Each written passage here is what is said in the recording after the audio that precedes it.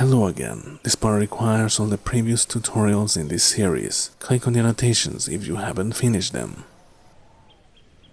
That said, we start by opening up our previously created decal function, and we add an input float variable by the name of decal depth and connect it to the x-axis of decal size. This is to prevent bleeding through of decals on both sides of the meshes.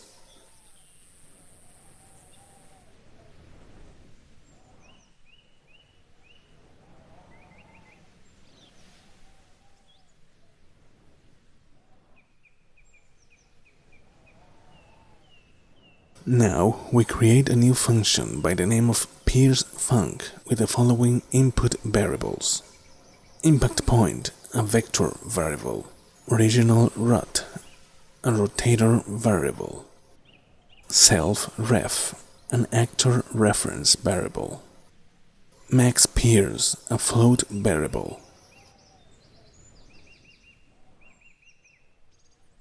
Now we do a line trace by channel using our original rotation and a get forward vector multiplied by our max pierce plus 10, and we add it to our impact point using this as our start point. Also, we connect our impact point to the endpin.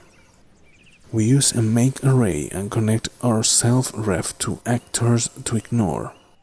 This is to prevent our previous bullet from getting in the way of our line tracing. Then, we simply use a break hit result from our line trace, subtracting its impact point from our original impact point.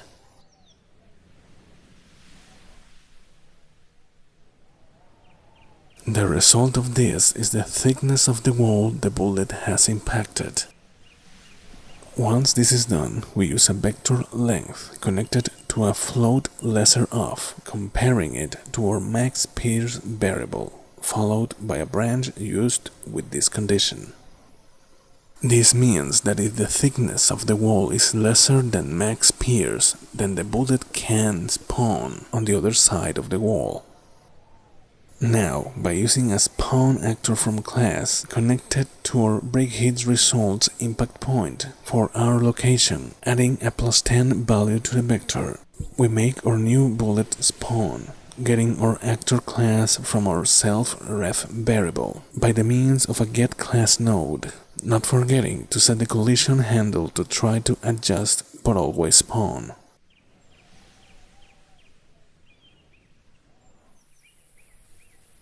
Lastly, on this function, on our output variables, we add the three following variables: decal lockout and decal normout, both vector variables, and pierce success, a boolean variable. These pins simply go to our break hit results, impact point, impact normal, and our boolean is connected to our previous lesser of condition. Here's a little diagram so you can understand how this works.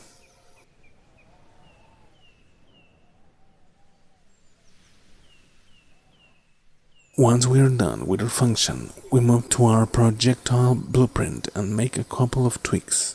We add a do once on the beginning to prevent any execution duplicates, and we add a value for our new variable decal depth. Usually a value between 4 and 6 will do. Now we call our new pierce function, populating it accordingly. Impact point goes to impact point from our projectiles break hit result.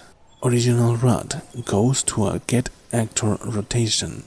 Self-ref is just a self-reference to our projectile actor, and max pierce is our desired bullet potential for piercing. Then we use a branch connected to our pierceFunc boolean, and on our true pin we connect to a new decal function for our exit decals and effects, with the same values as our first one, replacing our impact point and impact normal with the ones out of our pierce function. And lastly, we make use of a destroy actor connected as shown. And we are done. Our bullets should now pierce through walls. Remember to adjust max pierce depending on your bullet piercing specifications. Now, let's give it a test run.